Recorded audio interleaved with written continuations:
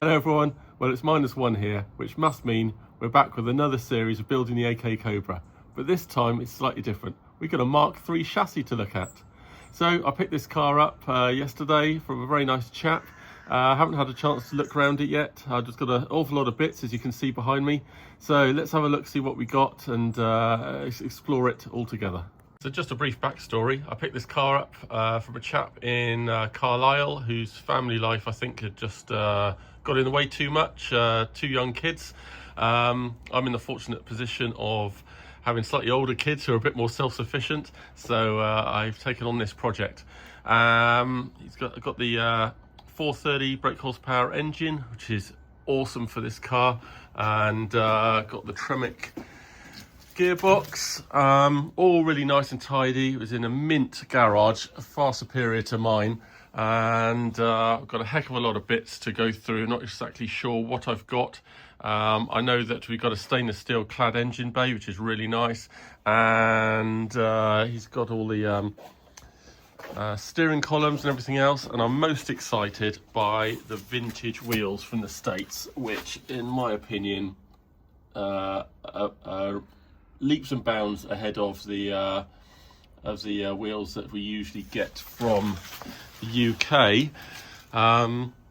So I need to go through all these bits, see what we've got. I haven't ordered anything yet. We haven't got wiring looms, ECUs, any of the plumbing or anything yet. So it's going to be, I think, a slightly longer build unless I can get a quick inventory going and then order some parts. And then hopefully it'll all start coming in and we can get cracking. So we've got exhausts to buy. I do have the twin roll hoops, which is nice, but I haven't got any engine mounts or anything else. So let's get going, get an inventory. I've got to get some neighbours to lift the body off so we can get to the chassis and just check what's been done and go from there.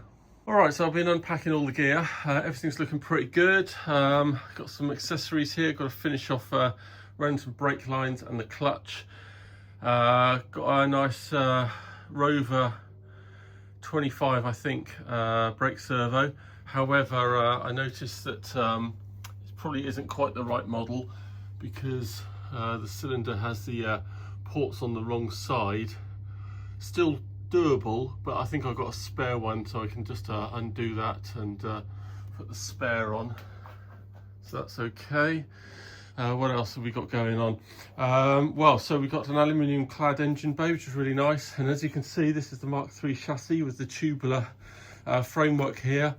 I'll have to ask what the score is with that. I mean, it's essentially the same chassis with the trays and everything, with the addition of this tubular chassis. I'm not sure where the weight saving is, or whether it's extra stiff for doing some track days. So I'll have to look at that. But yeah, really impressed with all the brake work here. Got the nice clips on, which is good. So less metal work and P clips and stuff, which is what I'd used previously to rust or anything like that. We've got the fan in. I'll have to spray the front of the radiator because I like that black, so it's not so noticeable. So we're going to have a lot to learn here and to work out. I can see we've got the pump in further back there. I'm hoping that's what that is. And we've got the filter up here, and then we'll have to see where you know, the fuel pipes run, and it's obviously got to come up and go into the engine, into the fuel rail, and it's also got to tee off to the pressure regulator kind of unit, and then back to the engine bay. So we'll have to see where to mount those. Probably still up here and run it across and tee it down. But that's all quite nice. So yeah, well impressed with everything so far. Just a little bit to finish in here, and typically it's all cold metal work in this kind of temperature. Anyway, we'll work it out. So that's what I found so far. So I'm just stripping everything off to make the body a bit lighter. Got to take the you know, the boot off and the doors, and then we'll lift it out onto the driveway and see the chassis complete. All right, so a quick little update. Just before the body comes off, just done some marking up of a few things. Obviously teacup holder is in good use there, so that's handy that they put that in. Just marked up where I need to enlarge the hole perhaps for the fuel level sender in there. Now this bare metal has a tendency to rust if it's outside or well, anywhere where there might be a little bit of damp. I've just done a little coat of hammerite on there just to protect it a little bit more, and the metal work inside, because that can just pick up a little bit of surface rust. So I'm just protecting the investment there. And just down here I've just marked exactly where the body sits with a bit of masking tape, just in case I need to fit anything along this chassis rail here, so I can make sure it will be missed when the body goes back on. So that's it. I just got to rope in a few more neighbours and we'll get this body off and have a good old look. There we go, so the body is finally off. In the end, no neighbours required, just the family, so that was all pretty good. A bit heavy on the front end with the aluminium clad in there, but it all worked out all right. So what am I doing now? Well, I'm checking all the previous work. I'm just checking out the diff, also see if it's got any fluids in. Make sure we've got fluids in the diff and the gearbox before the engine goes on, otherwise pain in the neck to fill. I'm going to check out all the brakes. Now we've got the big brake kit on here, which I'm quite excited about. So a bit of extra stopping oomph. Got some massive calipers on the front, massive discs. So that's a really nice addition there and probably quite worthy. I can see the spigot on the diff is quite long, and typically the indent of the prop shaft is only about 10 or 15 mil. So I'm going to just cut the end of that off, and then the prop shaft will fit on fine. Really nice fitting of the brake lines, so I need to just go through all that and make sure that they're all just nipped up. And of course I've got a brake pedal and a bit of wood to mount it on to test the brakes, make sure there's no leaks, which is always easier to sort out whilst the body is off. So I'm going to just check all that out. I can see the engine, the fuel pump is fitted. Looks like it's fitted low enough that it'll miss the prop shaft when that goes in. So pretty happy with that. And all the fittings. And then we have the fuel filter at the front here.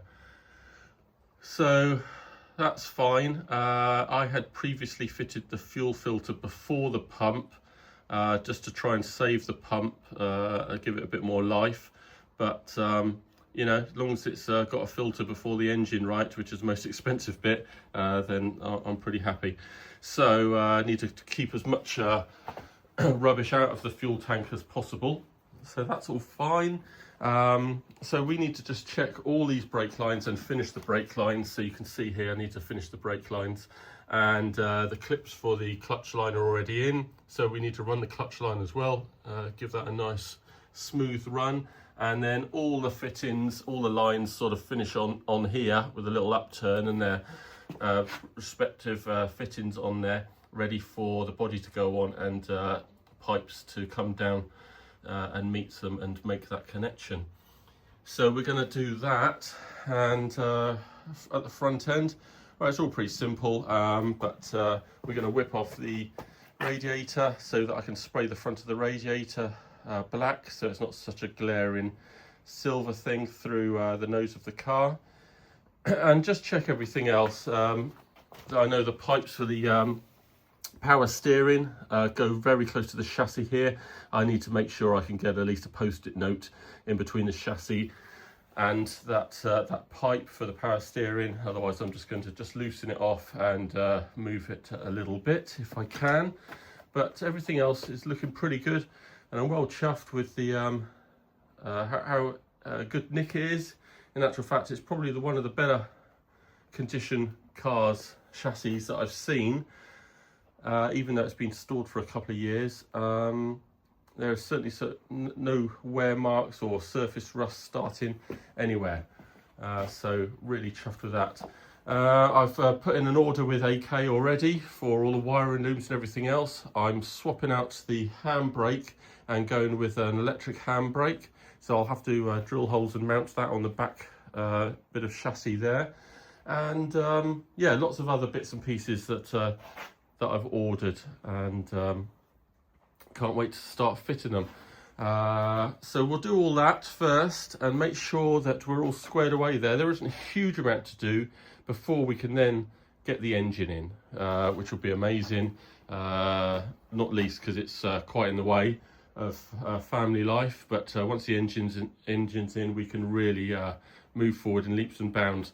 I'm really worried about putting the engine in with the manifolds and everything. Obviously we can take them off, but with this extra tubing to stiffen the chassis, it makes life very difficult.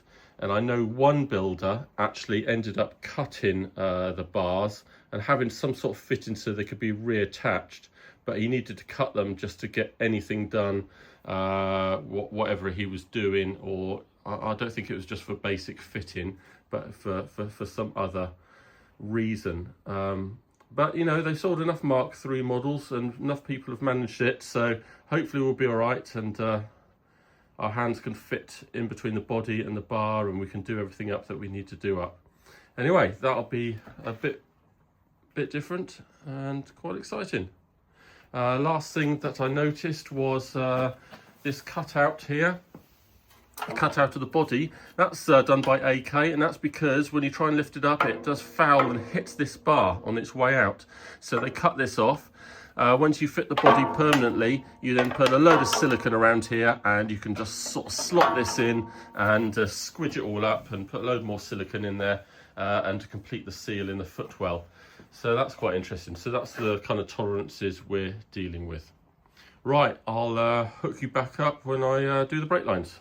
All right, so here we go then, the first real bit of video and actually doing something. I'm going to be masking off the radiator so I can start painting that. It's easy to get overwhelmed because there is, you know, so much to do, but just got to do one thing at a time, and eventually you'll get there. So I'll just set you up for that. But meanwhile, just going to mention this, and I'll mention it a couple of times.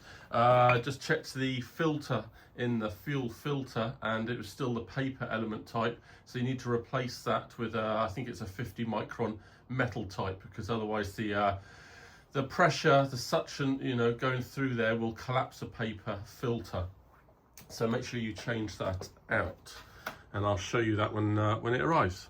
All right, so I'm just going to mask this radiator off. Doesn't need to be too accurate, and I don't need to go too far back because you can't really see the sides once it's in. So we're just going to put some tape around the edge here,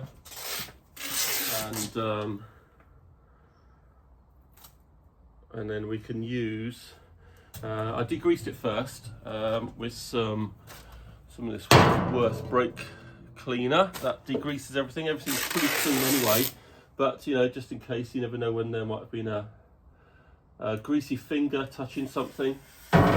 So we can just mask that off, and that'll be a good job.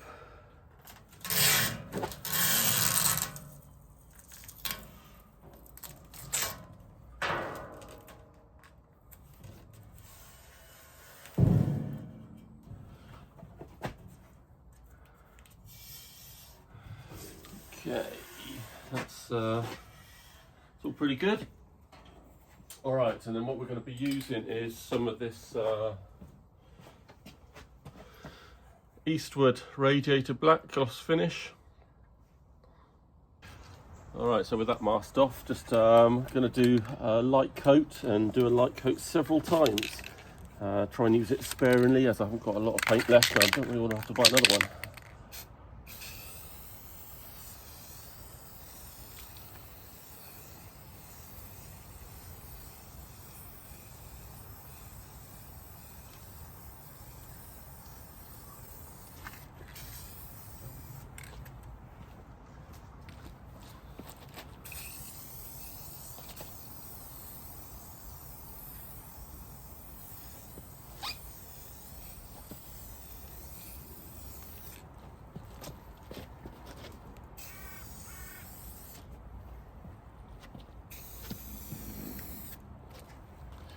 All right, that'll do for a first coat, and then we'll come back in a few hours. All right, so we've got to finish this front brake line now. We've got a little bit of flexibility. I mean, it needs to be pretty accurate. This needs to be finishing. I need to be making a cut around here. But I guess if it's slightly a couple of mil one way or the other, I've got the flexibility here. And of course, I can also just slightly bend this backwards and forwards as well. But I'm going to try and measure it to where this flare needs to be, or it's actually a bubble, I think, on the on the one that has to finish internally. Got a little cheat sheet that I've been using for years, and I can see here that I've got to use my #1 bit to finish with a bubble, because that's on this section here, and otherwise I'd need to use 2 pieces to finish on that kind of double flare, kind of, if it was an internal piece there. So not that that made a lot of sense to you guys, but I think I know what I'm doing, and I've done it on the last few cars. So let me measure that up without you guys in the way and get a cut in there. All right, so I've got a little cutting tool on here, and I'm literally just going around, and every time I go around I just give it a quarter turn or so, and that's obviously near the end of my efforts, so that just came off nice and neatly. And then we need to make sure that we deburr this and make sure there's no bits and pieces knocking around on the outside and on the inside. And I might just give that a little sand on the edge and make sure that is nice and clean on the inside. Just tap it all out there, and then we can do our little flare. All right, so I'll try and bring you along on this. I have filmed this in previous videos, but we'll see if we can get it all working here. So you need to use your preferred brake flaring tool. I've got a Sykes Picavant, which I read has got rave reviews. So so we wedge our brake pipe in there flush, and you need to choose whether you're doing SAE or DIN, and I'm doing SAE. I think I've got my correct flaring bit in there, and then we get this going. It's quite hard to see. Right in the middle there. Okay, so then we can screw this down and then give it some beans down to the rubber sort of grommet thing there, not too far though, and hopefully that gives us the bubble that we want. Let's have a little look there.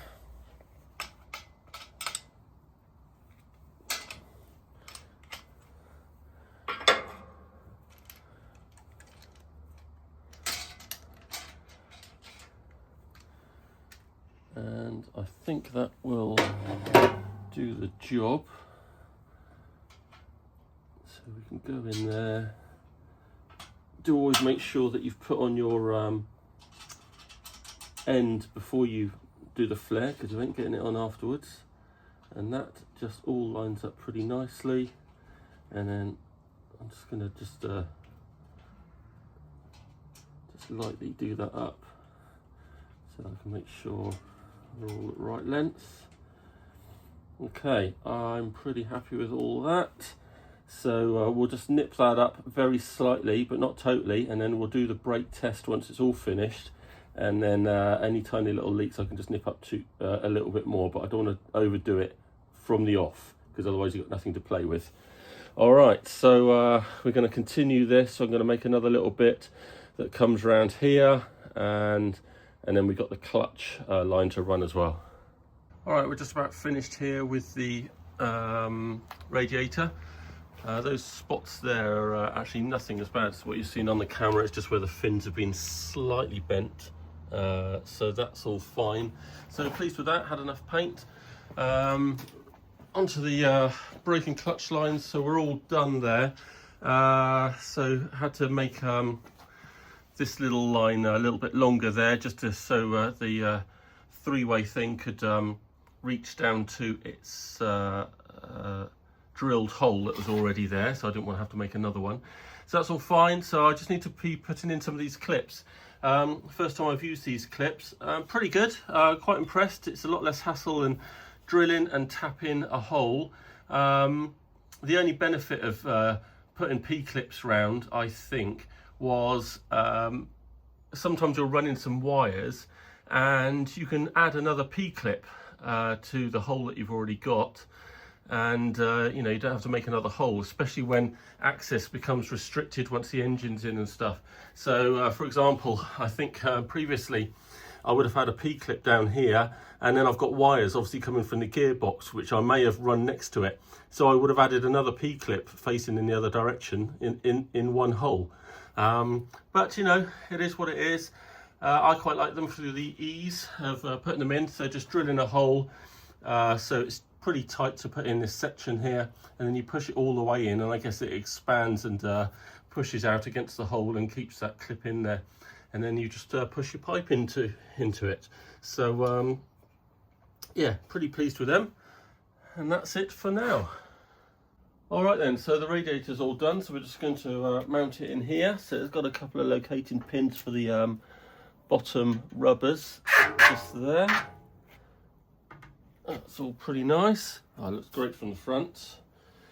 And then we're going to just slide in a couple of rubbery rubber grommets there, and then I can go down with the nuts and bolts just there. So I'll do that all up nice and neatly, and see you in a minute. Alright, so that's about it for this video. We're just going to ease ourselves into it gently, but we got a fully rolled in chassis ready to go here. I should think the next video will be mating the gearbox to the engine, which I'll film, and then dropping the engine into the chassis and mounting it all up with the engine mounts and bobbins as soon as I've got some parts. So that's it. Thanks for joining me. Just to let you know that this car is for sale. I haven't got a colour scheme for it yet, so if you wanted to get in on that and choose any leather and to contact me about purchasing the car, then please do so. And that's it. I'll see you again.